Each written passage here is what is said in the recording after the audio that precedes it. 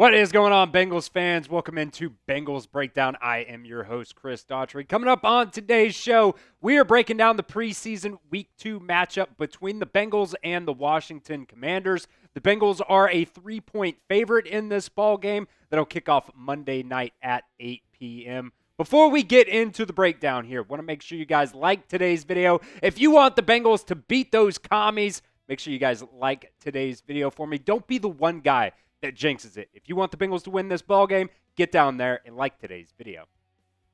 All right, let's first talk about some of the injuries right now. Some of the guys are going to be out. Some of the guys are kind of going to be TBD / questionable for this ball game. Cordell Volson at that guard spot, he is going to be out per Zac Taylor. He suffered a right shoulder injury during the other day's practice. Jermaine Burton, we're going to wait and see on him. He was kind of back out there on Friday, but, that's still kind of going to be TBD on him. Mike Gesicki, Geno Stone are also going to be out. Myles Murphy is going to be out. Zac Taylor did give a little bit of an update on him. He said hopefully he'll start working back next week.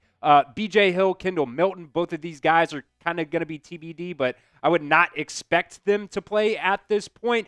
Cody Ford actually was on the rehab field today, so not sure what's going on there with Cody Ford. He's like the first guy at every single position along the offensive line as a backup besides that center spot. So losing Cody Ford might be a very, very bad thing for the Bengals there. And then DJ Turner, Zac Taylor also said he was going to be up in the air for this week's game.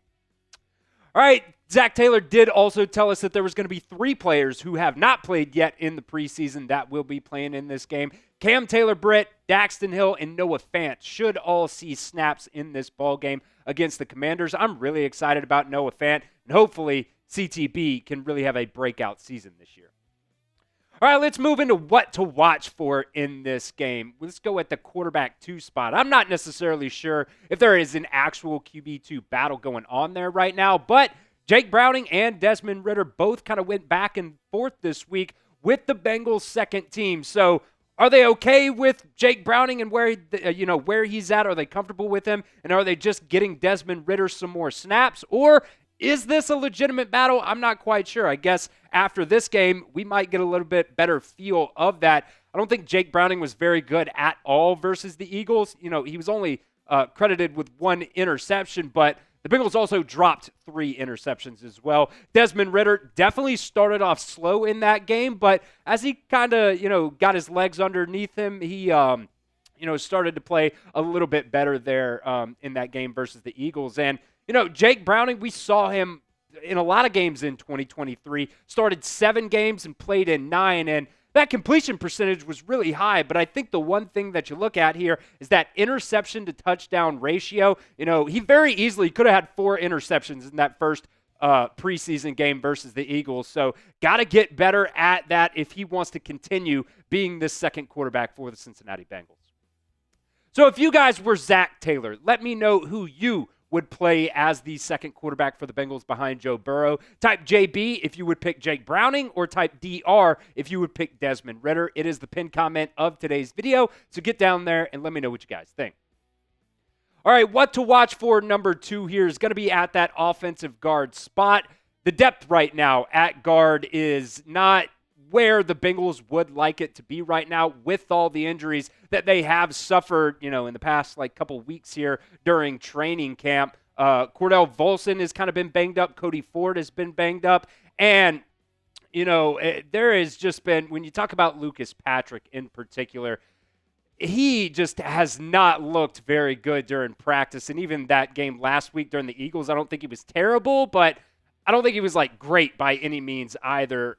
He's consistently getting beat by pretty much everybody, it seems like. He was the one that got beat by Shamar Stewart when he kind of ran into and knocked down Joe Burrow. He got thrown to the ground during yesterday's practice by Chris Jenkins Jr. like he was a kid getting his lunch money stolen. So just not a very good look there so far early on in training camp here. I guess it's not even early on at this point. You're 17 days, something like that, before actual games start to get played here. So Lucas Patrick, I think at this point, I know he's still out there with the ones, but The Bengals have to do something at that offensive guard spot right now because your depth is banged up and some of these other guys just aren't looking very good. I think they might have to go out there, whether that's via trade. Cole Strange has been a guy that's been thrown out there, or maybe you sign somebody in free agency. There's not a lot of guys out there right now in free agency.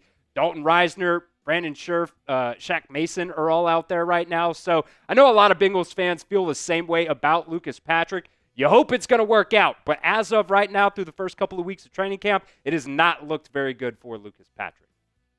All right, we'll continue with some more things to watch here in just a second, but you guys can get this Bengals game day polo. I guess you can wear it to work, whatever you want, out to the golf course. It is on sale right now. It was $85 on sale now for just $53. Just go to chatsports.com/Bengals polo and you can get that today. I'll put that link down at the pinned comment of today's video, as well as the third paragraph of the description of today's video as well. So just go to chatsports.com/Bengals polo and you can get that on sale. Was $85, now on sale for $53. Don't know when it's going to go back up to full price. So if you guys want that deal, you got to get it today. All right, the third thing to watch and monitor in this game, I think it's going to be the defensive backs. This is the corners, and this is the safeties, and I'm even, as you guys are going to see here in just a second, I'm even going to throw in some of the linebackers there as well in coverage anyways.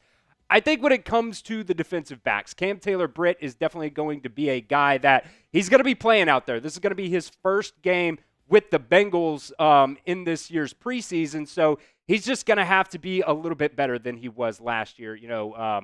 He just over, I believe it was, just over 50% or so on the completions. Actually, I think that's more like 60% or so for CTB. 734 yards. I did the math earlier. That was like 45 or 43 yards per game, something like that. You can't be giving up that much per game. Now, I thought he did a little bit better in terms of the actual production that he had. 3 interceptions, 16 PBUs. That's almost a PBU per game. So, there's been some ups and downs. I've heard a lot of positive things about Cam Taylor-Britt in the past couple of practices. So hopefully he can step up and be one of those guys that can step up in the Bengals secondary. When we look back to last week's game against the Philadelphia Eagles, these were some of the players that I thought just had very, very bad days against them, and I would love to see them do a little bit better this week versus the Commanders.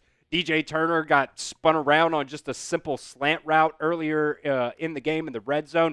Josh Newton lost a couple 50-50 balls. Jalen Davis, he got beat on a 50-50 ball and was even called for a PI on that play as well. DJ Ivey is a guy that's really got to step up. He got cooked a lot versus Darius Cooper last week. Nate Brooks also. Johnny Wilson really did cook him a couple of times in that game last week as well. And those linebackers, while they weren't awful in that game last week in coverage, I do think that they can do some things to help out a little bit this Bengals defense. When you look over to the safeties as well, Jordan Battle's going to be your main guy there playing with those safety ones. Geno Stone obviously going to be out for the foreseeable future. We'll continue to monitor his injury status here, but can some of these younger safeties step up a little bit? Tyson Anderson, Jalen Key, Dejon Anthony, P.J. Jules, all these guys have an opportunity to step up in these preseason games. And also, Zac Taylor mentioned he would love to see these guys play well on special teams as well.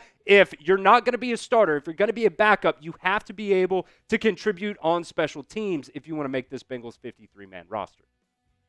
Now, we will be live for Bengals versus Commanders on Monday night for our watch parties. To help us out, hit that sub button and come and join us here on Bengals Breakdown. We'll be live about an hour or so before kickoff, so about 7 p.m. Eastern time is when we'll go live. So do not miss out. Hit that sub button and come join us for the Bengals versus Commanders watch party.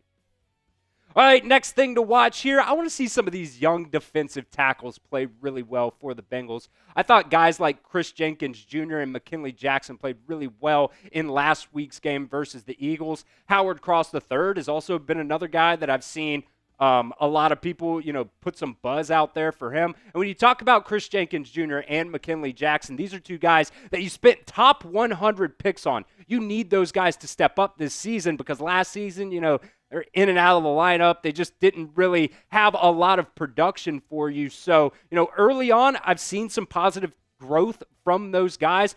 First game, Chris Jenkins Jr. had 5 tackles. McKinley Jackson had 4 tackles and 3 tackles for loss as well. So just going to continue seeing some of those guys just progressing in their NFL career here, and hopefully they can, make a difference for the Bengals, especially with their run defense this year. Look back to last year, the Bengals were bottom 3rd in the NFL in run defense. Having some consistent guys on the interior of your defensive line can definitely help you out a lot in that aspect of the game. So predict the score to Bengals versus Commanders. How do you guys think this game is going to turn out? Let me know what you guys think down in the comments section of today's video. All right, the last thing I want to watch in this game is Shamar Stewart. Zac Taylor said that Shamar Stewart is expected to work with the ones during this preseason game. So he was out there with the twos last week. This week, he's expected to be out there with that first-team defense. And last week, I thought, he had a couple of pressures in that game. He had 1 tackle for loss as well in that game versus the Eagles. And from a lot of the video, anyways, that I've seen out there from practice this past week, he was really generating a lot of pressure. Obviously, we know the situation with knocking Joe Burrow down, but there are also a couple other situations where I saw he got some nice pressure on that offensive line. And hopefully that was more of a, Shamar Stewart is just coming along rather than your offensive line is just bad kind of situation. But, I'm very interested to see if Shamar Stewart can step up in the second preseason game here for the Cincinnati Bengals.